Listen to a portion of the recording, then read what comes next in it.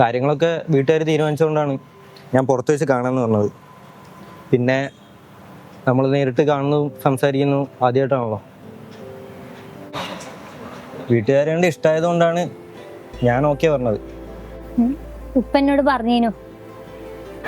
ഞാൻ എന്തോ course ചെയ്തിരുന്നില്ലേ? Degree BCom. എൻ്റെ പാസ്പോർട്ടൊക്കെ സെറ്റല്ലേ? എന്തായാലും 6 മാസത്തിനുള്ളിൽ നിൽക്കാവും കല്യാണം കഴിഞ്ഞ് എൻ്റെ ഒപ്പം കയറേണ്ടി വരും. എനിക്ക് പഠിക്കണം. പഠിക്കാനോ? ഈ 6 മാസത്തിനുള്ളിൽ എന്ത് പഠിക്കാൻ? ഒരു ജോലി വേണം, അതെന്റെ സ്വപ്നം. അതിനാ ഡിഗ്രി കൊണ്ട് അവിടെ എന്ത് പണി കിട്ടാനാ? പിന്നെ വല്ല കേക്കും ഉണ്ടാക്കാൻ അറിയെങ്കിൽ വീട്ടിൽ സെറ്റാക്കി തരുന്നത് അത് മതി.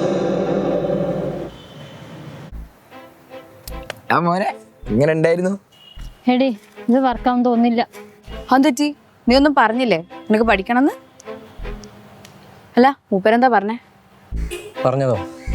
ഇതാ നീ പറഞ്ഞിട്ട് ഞാൻ ഏറെ പിടിച്ച് അവൾ പറഞ്ഞതിനൊക്കെ നോ പറഞ്ഞു. അത് നിനക്ക് ഈ പെൺകുട്ടിയുടെ സൈക്കോളജി അറിയാത്തോണ്ട. എല്ലാത്തിനും ആദ്യമേ പോയി എസ് പറയരുത്. അല്ല ഓളെന്താ പറഞ്ഞേ? എനിക്ക് പഠിക്കണം, ജോലിക്ക് പോകണം ഒക്കെ ഞാൻ പറഞ്ഞു നോക്കി, പക്ഷെ ഒക്കെ നോ പറഞ്ഞു.